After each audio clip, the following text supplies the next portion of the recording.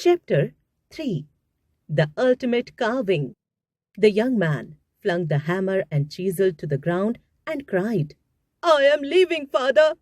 I am leaving you and this work! Look what it's brought us!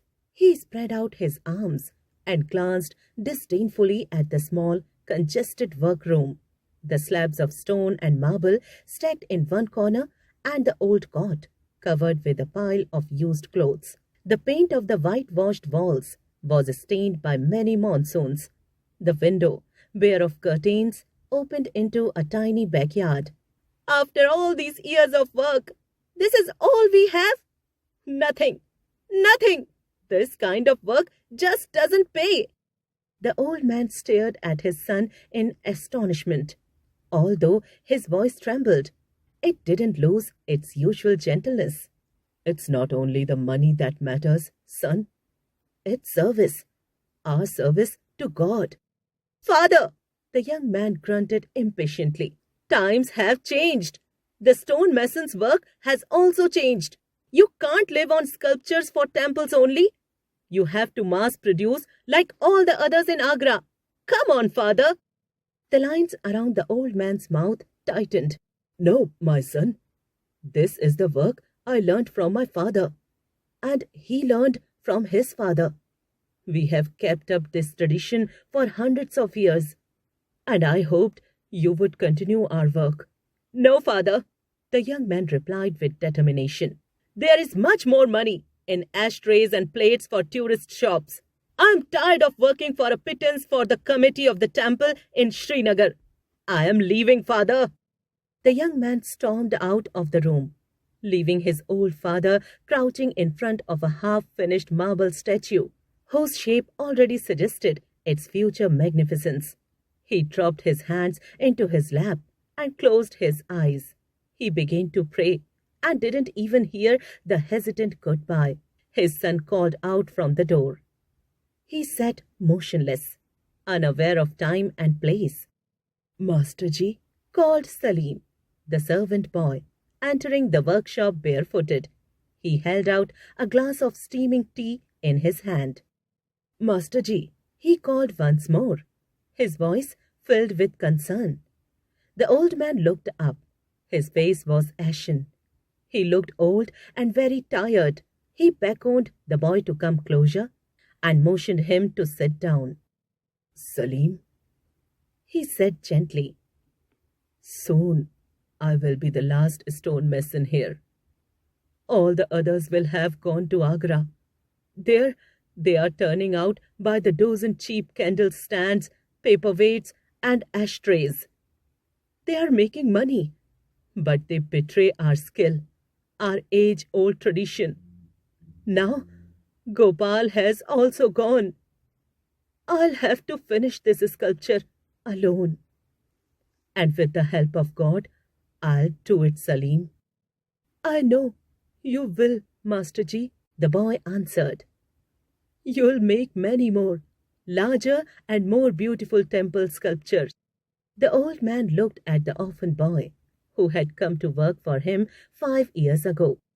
Drenched to the skin, dressed in tatters, he had begged for shelter during a furious monsoon storm and had stayed on to work for the old master craftsman.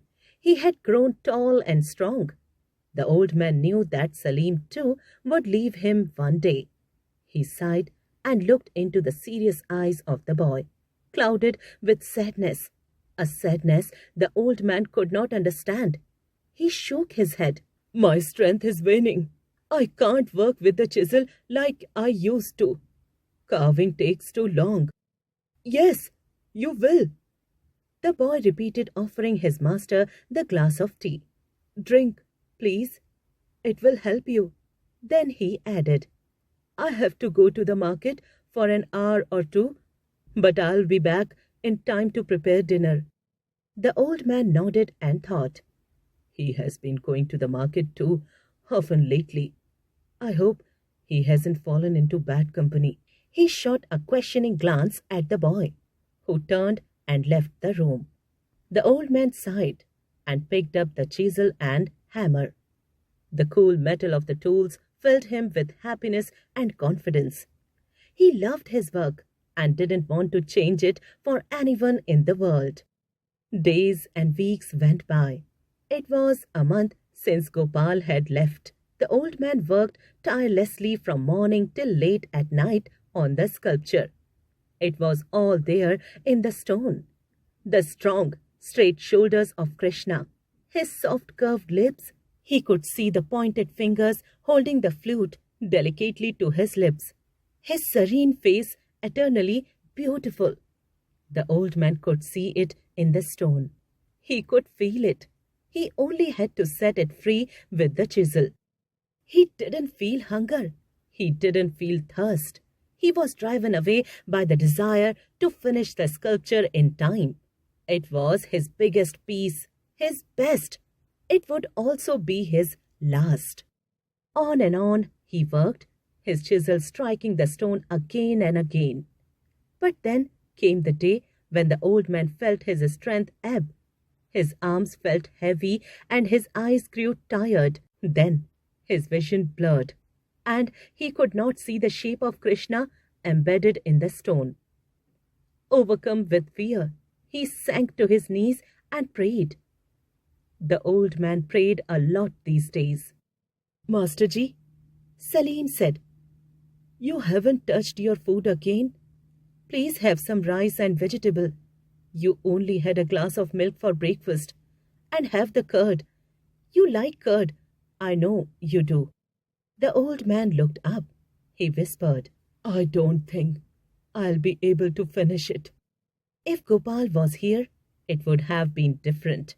He nodded absent-mindedly to himself and continued.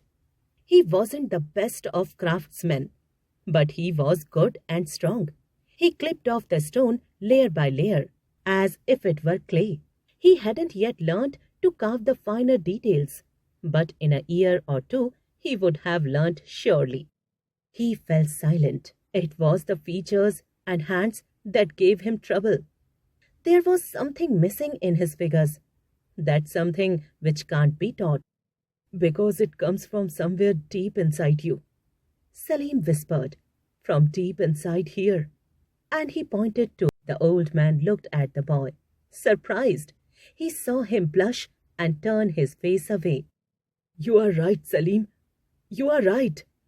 And then he added with sudden bitterness, and if you don't have it here, he thumped his chest, then you would better go to Agra and mass-produce ashtrays for the tourist from abroad. Then the old man coughed painfully and reached for his glass of water. Eat, Masterji, eat. Everything will be all right. After he had eaten, the old man once again took up his hammer and chisel. He worked till late in the night, talking to his son and to God. He prayed for help and strength, and also for his son. In the early hours of the morning, the chisel fell from his hand, and the hammer dropped to the ground.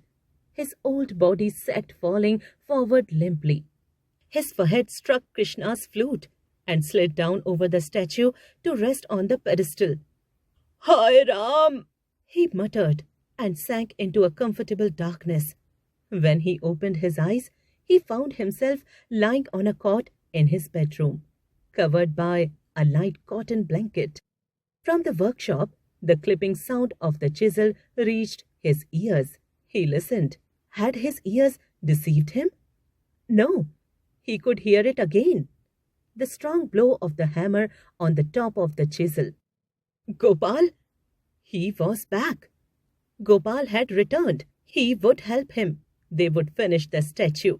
He stumbled to his feet, crossed the small room and reached the door. Gopal! He was about to shout when the words froze on his lips. No! He wanted to cry out. Stop! Stop work! But he couldn't move. Shock had immobilized him. He stood staring at the back of the young stone carver working on the face of the statue, on the eyebrows arching over a pair of fine eyes. It wasn't his son, sitting cross-legged before the biggest statue he had ever carved. It was Salim, his servant. The old man watched, stunned. The first wave of shock fear and anger passed. Hi Ram! The old man whispered. Hi Ram! And tottered over to the boy. Dropping his hand on his shoulder, he said softly, Salim! The boy startled, turned and looked up at his master. His cheeks were glowing and all the sadness had left his eyes. Salim rose to his feet clumsily, the hammer and chisel still in his hand. Salim, the old man searched for words. I, I, I only want to help, whispered the boy. I'll learn if you teach me, Master Ji. I have practiced secretly for almost 2 years in the quarry. I am a Muslim. I know I should not carve the image of God, but isn't this different? Master Ji, I am carving a sculpture. Aren't I? A beautiful sculpture that has a different meaning for different people. Isn't it so, Master Ji? Please tell me. For many years, I wanted to become a sculpturer. Yet I fought the feeling. But it proved too strong. I know there is nothing in this world I would like to do more. There is nothing in life I could do better. Will you please teach me, Master Ji?